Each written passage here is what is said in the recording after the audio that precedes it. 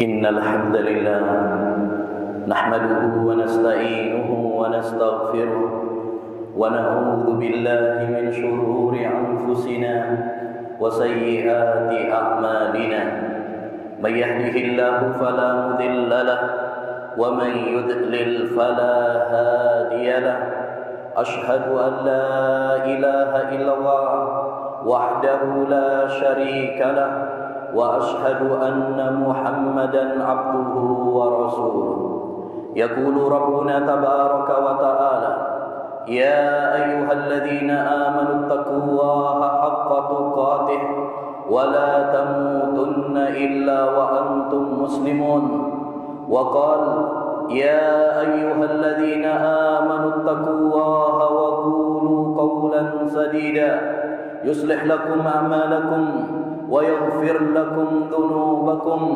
ومن يطع الله ورسوله فقد فاز فوزا عظيما أما بعد فإن أصدق الحديث كتاب الله وخير الهدي هدي محمد صلى الله عليه وسلم وشر الأمور محدثاتها وكل محدثة بدعة وكل بدعة ضلالة وكل ضلالة في النار. Ma'asyiral muslimin, jamaah sidang Jumat yang semoga senantiasa dirahmati dan diberkahi oleh Allah Subhanahu wa taala. Sesungguhnya masjid memiliki kedudukan yang sangat tinggi dalam Al-Qur'an dan sunnah Nabi Muhammad sallallahu alaihi wasallam. Pertama, Allah Subhanahu wa taala menyandarkan masjid kepada namanya yang mulia. Allah berfirman, "Wa annal masajida lillah." Sesungguhnya masjid-masjid itu adalah milik Allah. Dan Allah juga berfirman, "Innama ya'muru masajidallah." Sesungguhnya yang memakmurkan masjid-masjid Allah. Ketika Allah Subhanahu wa taala menyandarkan masjid kepada namanya, maka itu menunjukkan kemuliaan dan pengagungan masjid dalam Islam. Yang kedua, ma'asyiral muslimin, di antara hal yang menunjukkan betapa tingginya kedudukan masjid di dalam Islam, bahwasanya masjid adalah tempat terbaik di muka bumi ini. Sebagaimana kata Nabi alaihi salatu wassalam dalam riwayat Muslim, "Ahabbul biladi ilallahil masajid wa abghadul biladi ilallahil aswaq." Tempat yang paling dicintai oleh Allah Subhanahu wa taala di muka bumi ini adalah masjid-masjid. Karena dia adalah tempat munajat kepada Allah, tempat kita sholat, tempat membaca Al-Quran, tempat berdoa, berzikir, pengajian, dan hal-hal yang lain yang mendekatkan diri kita kepada Allah Subhanahu wa taala. Sedangkan tempat yang paling dibenci oleh Allah, kata Nabi, adalah pasar. Karena di pasar campur baur antara laki dengan perempuan, banyak penipuan, banyak permusuhan, banyak riba, dan lain-lainnya yang dibenci oleh Allah Subhanahu wa taala. Yang ketiga, ma'asyiral muslimin, hal yang menunjukkan tentang betapa tingginya kedudukan masjid di dalam Islam, bahwa masjid adalah tempat yang pertama kali dibangun oleh Nabi sallallahu alaihi wasallam saat datang ke kota Madinah. Kita tahu dalam sejarah bahwa Nabi sallallahu alaihi wasallam pernah melakukan perjalanan hijrah dari kota Mekah ke kota Madinah. Dan apa yang beliau lakukan pertama kali datang ke kota Madinah? Bukan membangun pusat-pusat belanja, bukan membangun mal, pasar, tetapi yang dipikirkan oleh Nabi, program dan proyek pertama Nabi adalah membangun masjid, yaitu Masjid Quba, yang difirmankan oleh Allah Subhanahu wa taala, "La masjidun ussisa 'ala taqwa min awwali yaumin ahaqqu an taquma fihi." Masjid yang dibangun di atas ketakwaan sejak hari pertama engkau hijrah wahai Muhammad, sejak pertama engkau datang ke kota Madinah, itu lebih utama kamu berdiri di dalamnya untuk sholat. Yang keempat, ma'asyiral muslimin, di antara keutamaan masjid di dalam Islam, bahwa masjid adalah rumah untuk orang yang beriman, untuk orang yang bertakwa kepada Allah Subhanahu wa taala. Nabi sallallahu alaihi wasallam bersabda dalam hadis yang dihasankan oleh Syekhul Albani dalam Sahihut Targhib dan Targhib, kata Nabi alaihi salatu wassalam, al-masjidu baitu kulli mu'minin taqi, takaffalallahu liman kana al-masjidu baitahu birrauhi warahmati wal jawazi ala sirat ila ridwanillah ilal jannah. Kata Nabi alaihi salatu wassalam, masjid adalah rumah bagi orang-orang yang beriman dan bertakwa. Allah menjamin seorang yang menjadikan masjid sebagai rumahnya, tempat kerinduannya, tempat untuk bermunajat kepada Allah, Allah jamin bahwa dia akan mendapatkan rahmat Allah. Allah jamin dia akan bisa melewati sirat, jembatan kelak di akhirat. Allah subhanahu wa ta'ala jamin dia mendapatkan keridhaan Allah, dan Allah jamin dia meraih surga Allah subhanahu wa ta'ala. Ma'asyiral muslimin, jamaah salat Jumat yang semoga dirahmati dan diberkahi oleh Allah subhanahu wa ta'ala. Jika memang masjid begitu tingginya kedudukannya di dalam agama Islam, maka selayaknya bagi setiap muslim sebagai hamba-hamba Allah subhanahu wa ta'ala untuk mengagungkan masjid-masjid Allah, untuk memakmurkan masjid-masjid Allah subhanahu wa ta'ala.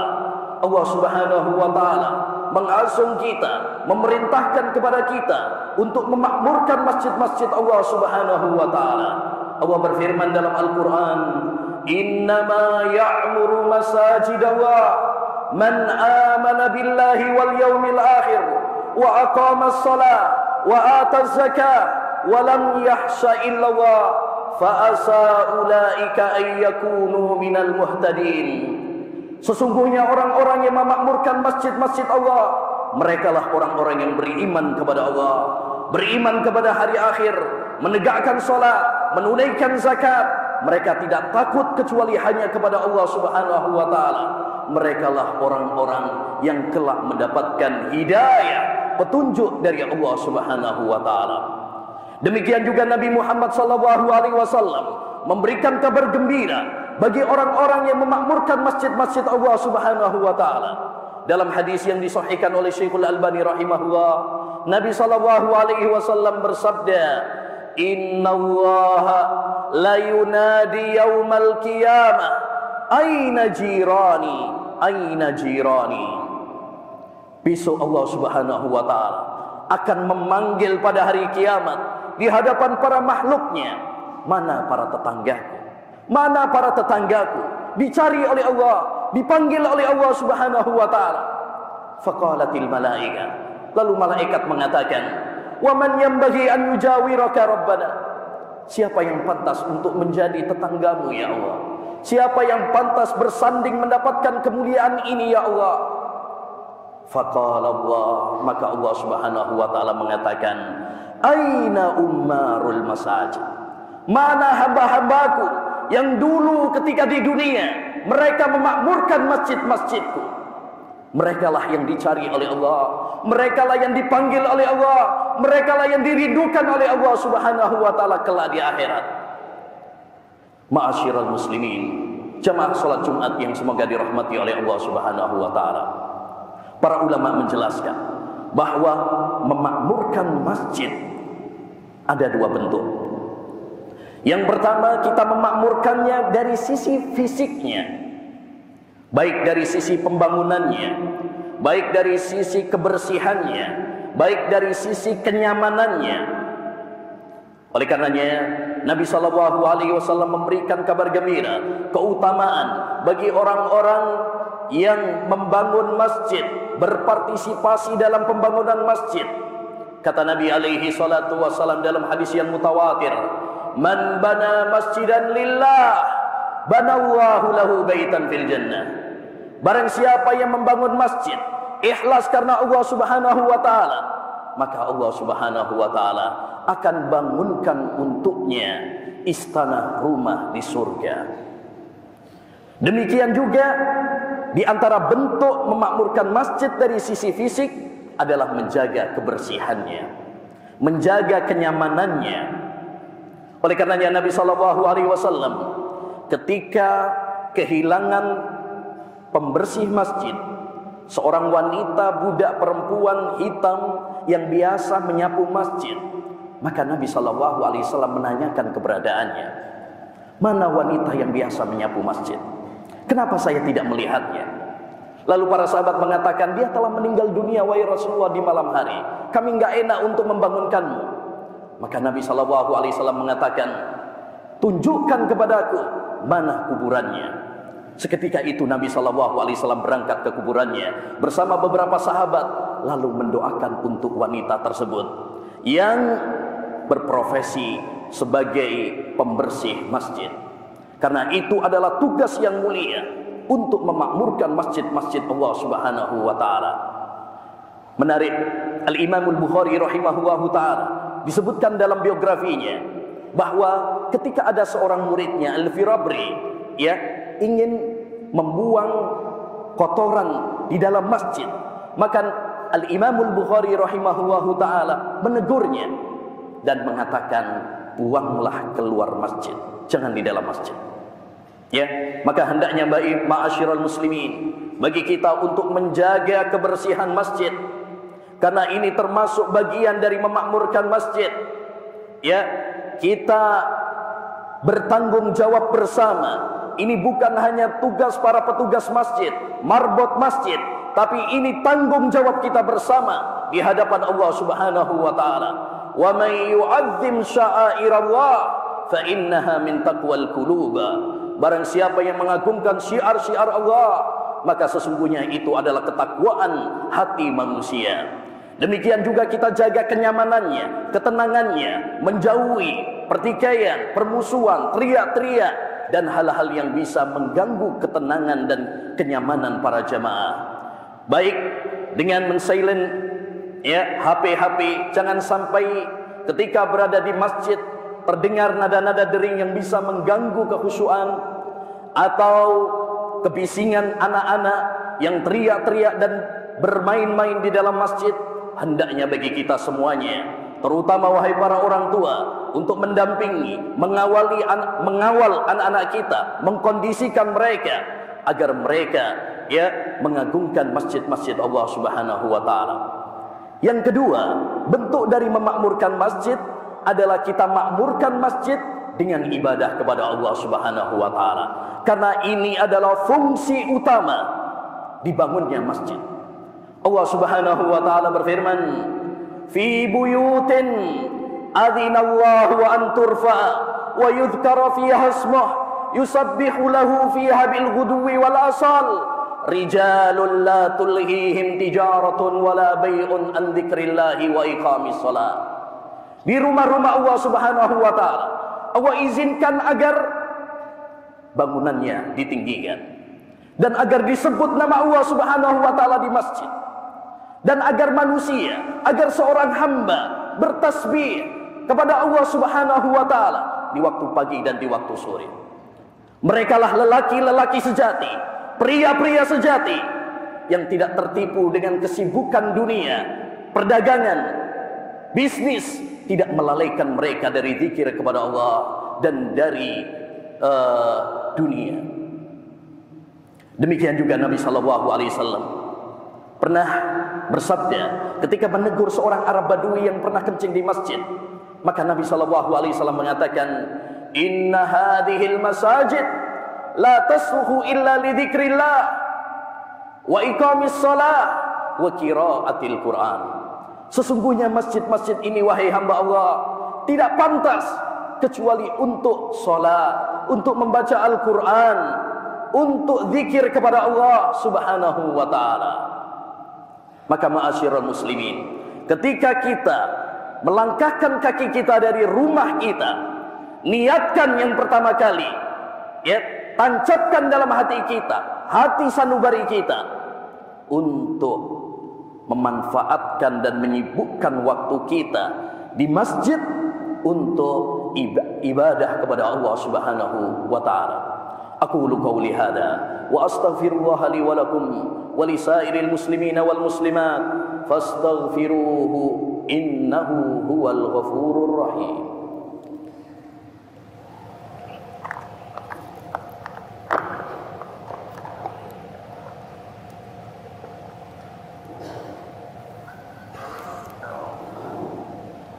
Alhamdulillahi wa kafa wassalatu wassalamu ala rasulil huda wa ala alihi wa sahbihi wa man wala, amma ba'd.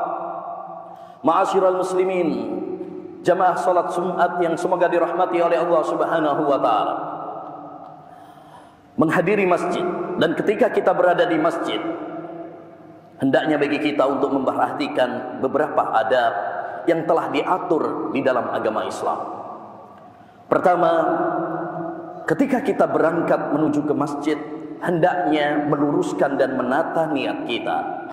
Kata Nabi alaihi salatu wassalam, "Man kharaja ilal masjid li syai' fahuwa hadzah." Barang siapa yang keluar ke masjid untuk suatu tujuan, maka itulah bagian yang akan dia dapatkan. Karena setiap amalan tergantung kepada niat. Maka tata niat kita, luruskan niat kita. Ketika kita melangkah ke masjid, untuk apa aku ke masjid? Yang kedua, ma'asyiral muslimin, di antara adab ke masjid, hendaknya bagi kita untuk menjaga penampilan kita, menjaga kebersihan baju kita, badan kita, bau mulut kita, karena kita akan menghadap Allah Subhanahu wa taala. Allah berfirman, "Ya bani Adam, khudhu zinatakum inda kulli masjid." Wahai anak Adam, ambillah perhiasan kalian ketika kalian ke masjid. Dan Nabi sallallahu alaihi wasallam pernah bersabda, "Man akala sum wal basal fala yaqrabanna masjidana, fa innal malaikata tata'adza mimma yata'adza minhu ibnu Adam." Barang siapa yang makan bawang merah, bawang putih mentah, maka janganlah dia mendekati masjid kami. Karena sesungguhnya malaikat terganggu dari apa yang anak Adam terganggu darinya. Artinya para malaikat terganggu dari bau mulut yang tidak sedap, yaitu bawang merah, bawang putih. Padahal bawang merah, bawang putih itu boleh. Tapi kalau kamu ke masjid, bersihkan dulu bau mulutmu, karena engkau mau menghadap Allah Subhanahu wa taala. Lantas bagaimana dengan bau rokok yang lebih dahsyat, lebih parah baunya daripada bawang merah dan bawang putih? Yang ketiga, ma'asyiral muslimin, hendaknya bagi kita ketika ke masjid, ya, hendaknya berwudu terlebih dahulu di rumah. Karena Nabi sallallahu alaihi wasallam bersabda, "Man tatahhara fi baitihi summa masya ila baitin min buyutillah liyaqdiya faridatan min faraidillah, kanat khatawatuhu ihdahu tahuttu khati'ah wal ukhra tarfa'u darajah." Barang siapa yang berwudu, bersuci di rumahnya, kemudian dia berjalan kaki menuju salah satu rumah dari rumah Allah untuk menunaikan salat, kewajiban dari kewajiban Allah Subhanahu wa taala, maka setiap langkahnya satu langkah menghapus dosa, dan langkah berikutnya mengangkat derajatnya di sisi Allah Subhanahu wa taala. Dan di antara adab ketika kita berangkat ke masjid, hendaknya kita berjalan dengan tenang, tidak berlarian, tidak tergesa-gesa. Kata Nabi alaihi salatu wassalam, "Idza uqimatis shalah fala ta'tuha wa antum tas'aun wa'tuha wa antum tamshun, alaikum bis sakinah, fama adraktum fasallu wa ma fatakum fa'atimmu." Apabila kalian mendengar qomat, maka janganlah kalian mendatangi masjid dengan berlarian, tapi datangilah dengan berjalan dengan tenang. Kalau kalian mendapati satu rakaat, artinya tidak ketinggalan, alhamdulillah, sempurnakan. Kalau kalian ketinggalan, tinggal nambahi. Maka jangan tergesa-gesa, lari-lari, ngos-ngosan, karena itu akan mengurangi kekhusyuan kita. Dan di antara adab ketika kita berangkat ke masjid, hendaknya kita berdoa. Bismillahi tawakkaltu ala Allah, la haula wa la quwwata illa billah. Agar kita dilindungi oleh Allah Subhanahu wa taala. Dan ketika kita mau masuk masjid, disunnahkan bagi kita untuk mendahulukan kaki kanan kita seraya berdoa, Allahumma ftahli abwaaba rahmatik. Adapun ketika keluar, maka disunnahkan bagi kita mendahulukan yang kiri, kaki kiri, seraya berdoa, Allahumma ftahli abwaaba fadlik. Hal ini disunnahkan oleh Nabi sallallahu alaihi wasallam sebagaimana disebutkan oleh sahabat Anas bin Malik dalam hadis riwayat Al-Hakim dalam Mustadrak dan dihasankan oleh Syekhul Albani rahimahullahu taala. Dan ketika kita masuk masjid, disunnahkan bagi kita untuk salat 2 rakaat sebagai penghormatan kita kepada masjid, yaitu salat yang disebut sebagai salat tahiyatul masjid. Nabi sallallahu alaihi wasallam bersabda, "Idza dakhala ahadukumul masjid fala yajlis hatta yarka'a rak'atain." Jika kalian masuk masjid, maka janganlah dia duduk sampai dia salat 2 rakaat terlebih dahulu sebagai penghormatan kepada masjid. Dan di antara adab ketika kita berada di masjid, hendaknya kita menyibukkan waktu kita ketika kita berada di masjid untuk ibadah kepada Allah SWT, baik berupa salat, baik membaca Al-Quran, baik berdoa, berzikir, pengajian, dan lain sebagainya. Dan hendaknya bagi kita untuk menjaga kebersihan, kenyamanan, tidak membuat kebisingan, teriak-teriak, dan hal-hal yang bisa menodai kehormatan masjid. Semoga Allah Subhanahu wa Ta'ala menjadikan kita termasuk hamba-hambanya yang mengagungkan masjid-masjid Allah dan memakmurkan masjid-masjid Allah Subhanahu wa Ta'ala. Mari kita jadikan masjid sebagai markas untuk menyebarkan kebaikan. Dari masjid kita menebar dakwah tauhid. Dari masjid kita menebar ilmu yang bermanfaat. Dari masjid kita menyebar kebaikan untuk umat kita. Rabbana zalamna anfusana wa illam taghfir lana wa tarhamna lanakunanna minal khasirin. Rabbana zalamna anfusana wa illam taghfir lana wa tarhamna lanakunanna minal khasirin. Rabbana hab lana min azwajina wa dhurriyyatina qurrata a'yun waj'alna lil muttaqina imama. Rabbana atina fid dunya hasanah wa fil akhirati hasanah wa qina adzabannar. Allahumma inna nas'aluka ilman nafi'a wa rizqan thayyiba wa amalan mutaqabbala. Allahumma ya muqallibal qulub thabbit qulubana ala dinik. Allahumma ya muqallibal qulub thabbit qulubana ala dinik. Allahumma inna na'udzubika minal barasi wal jununi wal judham wa min sayyi'il asqam. Allahumma inna na'udzubika minal barasi wal jununi wal judham wa min sayyi'il asqam. La ilaha illallah subhanak inna kunna minadh dhalimin. La ilaha illallah subhanak inna kunna minadh dhalimin. La ilaha illallah subhanak inna kunna minadh dhalimin. Allahumma ihfaz biladana Indonesia minal fitan ma dhahara minha wa ma batan. Allahumma ihfaz biladana Indonesia minal fitan ma dhahara minha wa ma batan.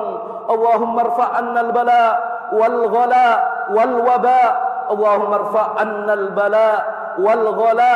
Allahumma irfa' 'anna al-bala wal ghala wahfaz biladana Indonesia minal fitan wasyurur ma dhahara minha wa ma batan. Inna Allaha malaikatahu yusalluna 'alan nabi ya ayyuhalladzina amanu sallu 'alaihi wa sallimu taslima. Wa akhiru da'wana anil hamdulillahi rabbil alamin wa aqimis shalah.